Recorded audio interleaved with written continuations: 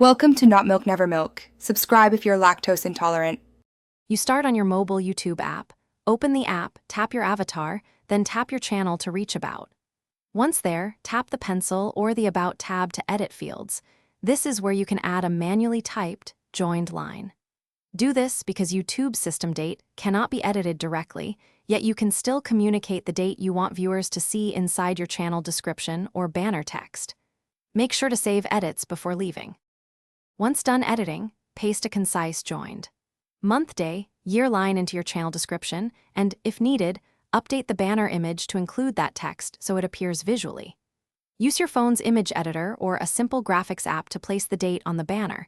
Make sure the text is centered and readable at mobile sizes.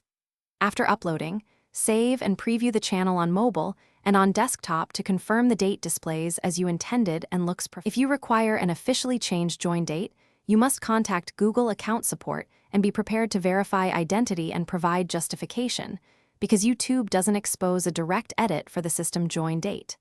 As a practical alternative, you can create a new channel at the correct time. Once finished, test by logging out and viewing the public channel.